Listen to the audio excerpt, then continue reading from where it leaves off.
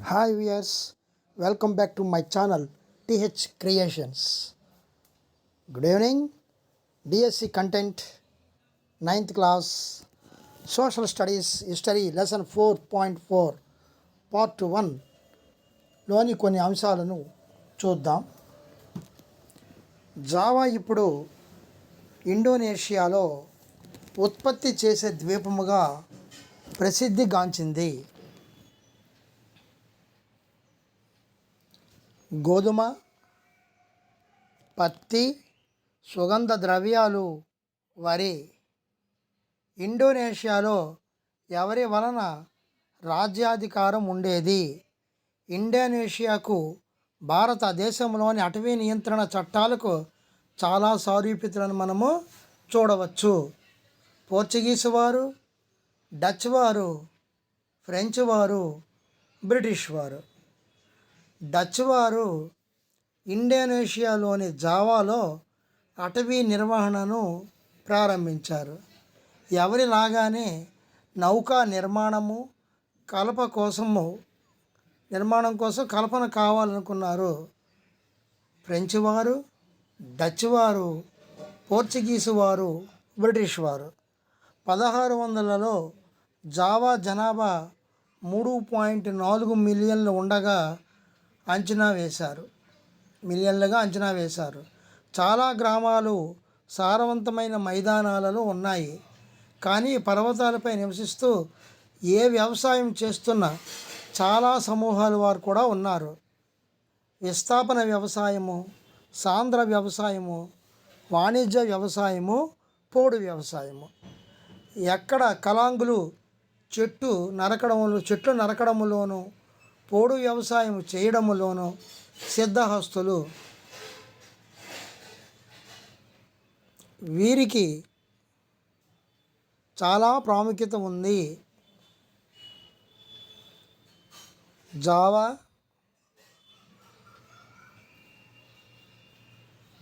Sumatra,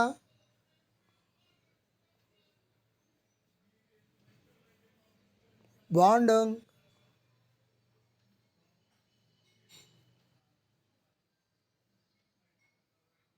Jakarta.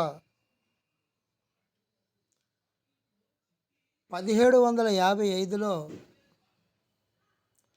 జావాలోని మాతరం రాజ్యం విడిపోయినప్పుడు ఎన్ని కలాంగు కుటుంబాలు 2 రాజ్యాల వద్ద సమానంగా విభజింపబడ్డాయి? 5,000, 6,000, 4,000, 3,000. 18వ శతాబ్దంలో అడవులపై నియంత్రణ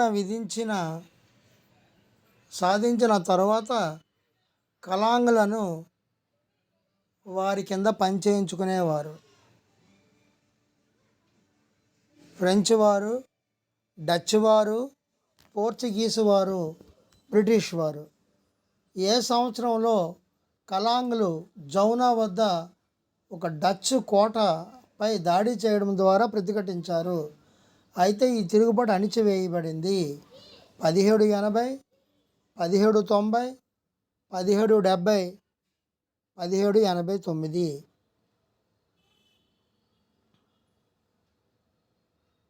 19వ శతాబ్దంలో ప్రజలను మాత్రమే ఒక భూభాగాన్ని కూడా నియంత్రించడము ముఖ్యమైనప్పుడు ఎవరు జావాలో అటవీ చట్టాలను రూపొందించారు? బ్రిటిష్ వారు, డచ్ వారు, పోర్చుగీసు వారు, ఫ్రెంచ్ వారు.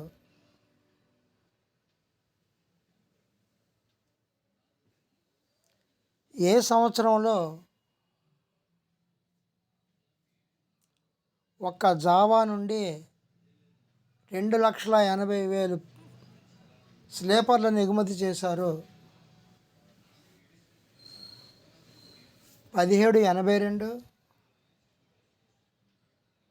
1882, 1880, 1892. ఎవరు కలపను కోయడానికి, రవాణా చేయడానికి ఉచితముగా కూలీలను, గేదెలను సమకూర్చుటకు సమిష్టిగా పనిచేసినట్లయితే అద్దె నుండి కొన్ని గ్రామాలకు మినహాయింపునిచ్చారు. దీనిని బ్లాన్ స్టైన్ విధానంగా వ్యవహరిస్తారు. బ్రిటిష్ వారు, డచ్ వారు, పోర్చుగీసు వారు, ఫ్రెంచ్ వారు. 1890 సమీపంలో టేకు అటవీ ప్రాంతమైన రాన్ డబుల్ టంగ్ గ్రామానికి చెందిన ఎవరు అడవిపై ప్రభుత్వ యాజమాన్యాన్ని ప్రశ్నించడం ప్రారంభించాడు. సొరంటికో సామన్, డిర్క్ వాన్ హాగ్నిటార్స్, బిర్సా సామినిస్టులు. గాలి, నీరు, భూమి కలపను ప్రభుత్వం సృష్టించలేదని, అందువలన అది ప్రభుత్వ సొంతం అవ్వదని అతను వాదించాడు. సొరంటికో సామన్, డిర్క్ వాన్ హాగ్నిటార్స్, బిర్సా పైవన్నీ. డచ్ వారు భూమి కొలతలు వేయుటకు వచ్చినప్పుడు కొంతమంది ఎవరు వారి భూములపై పడుకొని నిరసన వ్యక్తం చేశారు. సామినిస్టులు. డిర్క్ వాన్ హాగ్నిటార్స్, బిర్సా పైవేవి కావు. వలస రాజ్యంలో జావాలోని యునైటెడ్ ఈస్ట్ ఇండియా కంపెనీ అధికారి డిర్క్ వాన్ హాగ్నిటార్స్ ఇలా అన్నారు: బటావియన్స్, ఆశ్చర్యపోండి, నేను చెప్పేది ఆశ్చర్యంగా వినండి. మౌలిక దళాలు నాశనమైపోయాయి. మా వ్యాపారం మందగిస్తున్నది. మా నౌకల రాకపోకలు అంతరించిపోతున్నాయి. అపారమైన సంపదను, కలప, నౌకా నిర్మాణానికి కావలసిన ఇతర సామాగ్రిని, ఉత్తర ప్రాంతపు అధికారాలను అపారమైన సంపదతో కొనుగోలు చేశాము. జావాలో మేము యుద్ధ ప్రాతిపదికన వ్యాజ్య దళాలను సమూలంగా భూమిపై వదిలేస్తాము. అవును, జావా అడవులలో నౌకాదళంలోని నౌకల నిర్మాణానికే కాక మనకు కావలసిన వాణిజ్య నౌకల నిర్మాణానికి కూడా సరిపడ కలప ఉంది. వీటన్నిటికీ మించి జావా అడవులు కత్తిరించినంత వేగంగా పెరుగుతాయి. మంచి సంరక్షణ నిర్వహణ ఉన్నప్పుడు అవి అంతరించిపోవు. డిర్క్ వాన్ హాగ్నిటార్స్, హోండర్స్, బిర్సా పైవేవి కావు. ఇండోనేషియా అడవులు ఎక్కువగా ఎక్కడ ఉన్నాయి? సుమత్రా, కాలిమంటన్, పశ్చిమ ఇరాన్ పైవన్నీ. డచ్ వారు వారి శాస్త్రీయ అటవీ శాస్త్రాన్ని ఎక్కడి నుంచి ప్రారంభించారు? Jakarta, Bandung, Java, Sumatra. నేడు వరి ఉత్పత్తికి ప్రసిద్ధిగాంచిన ద్వీపము ఒకప్పుడు టేకుతో నిండి ఉండేది.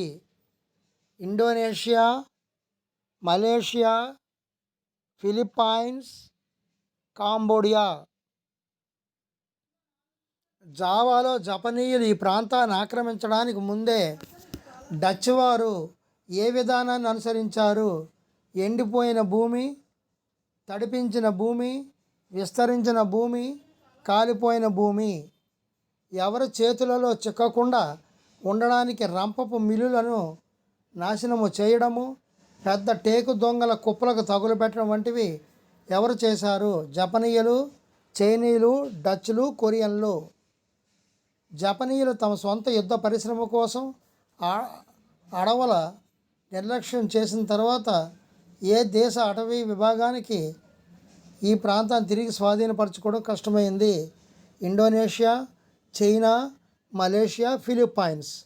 శాస్త్రీయ అటవీ శాస్త్రం అటవీ సమూహాలను అడవులకు దూరంగా ఉంచాలనే విధానాలు సంఘర్షణకు దారితీశాయని ఏ ప్రభుత్వాలు 1980 నుండి గమనించాయి.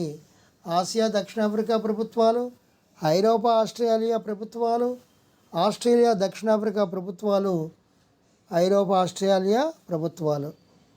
కలప సేకరణ కన్నా అడవుల పరిరక్షణ ఒక ప్రధాన లక్ష్యమైపోయింది.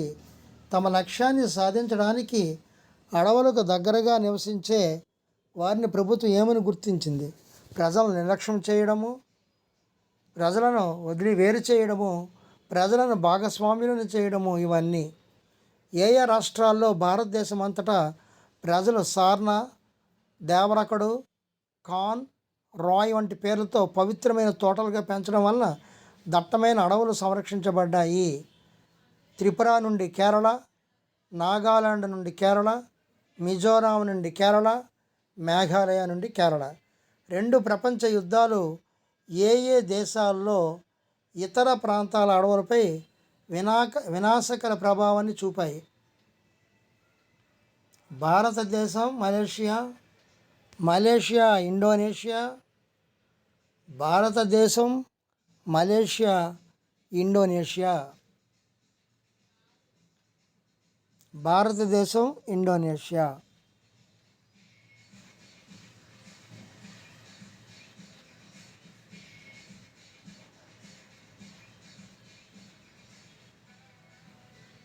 Thank you friends. ఇక్కడ కీ ఇవ్వడం జరిగింది. మీ టెక్స్ట్ బుక్ ముందుంచుకొని ప్రతి బిట్ కూడా చూసుకొని ఆన్సర్ చెక్ చేసుకొని ప్రిపేర్ అవ్వాల్సిందిగా కోరుచున్నాను. Thank you very much.